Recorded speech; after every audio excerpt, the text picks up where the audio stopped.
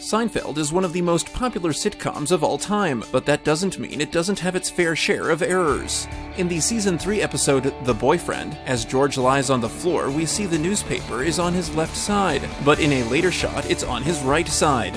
In the episode The Parking Garage in Season 3, a car drives by as the group walks out of the stairwell. We can briefly see a reflection of the crew in the car's window. In the episode The Limo, when they are at the airport, Jerry's scarf keeps changing positions between shots. In the episode The Hot Tub, Elaine is searching for Jean-Paul and remembers him saying, "I trust Elaine, she is my friend," except Jean-Paul said that to Jerry when Elaine wasn't there, so she couldn't have remembered it. In the episode The Race, Mr. Bevilacqua is explaining the rules to the race, and we can see one of the male extras behind him mouthing the words.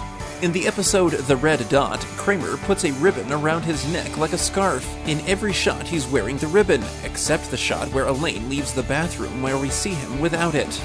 In the Diner episode, Jerry brags that he hasn't thrown up since 1980, but in an earlier episode, The Dog, Elaine explains that she moved to New York in 1986, but she and George are both making fun of the time Jerry threw up. If she didn't move there until 1986, she wouldn't have even known Jerry the last time he threw up in 1980.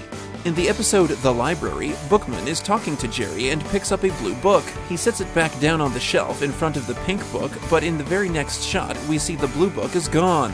In The Suicide, Kramer tells Jerry that if someone doesn't wake up within 72 hours after falling into a coma, all of their property should go up for grabs. But in a later episode, Kramer mentions that he didn't know people ever woke up from a coma.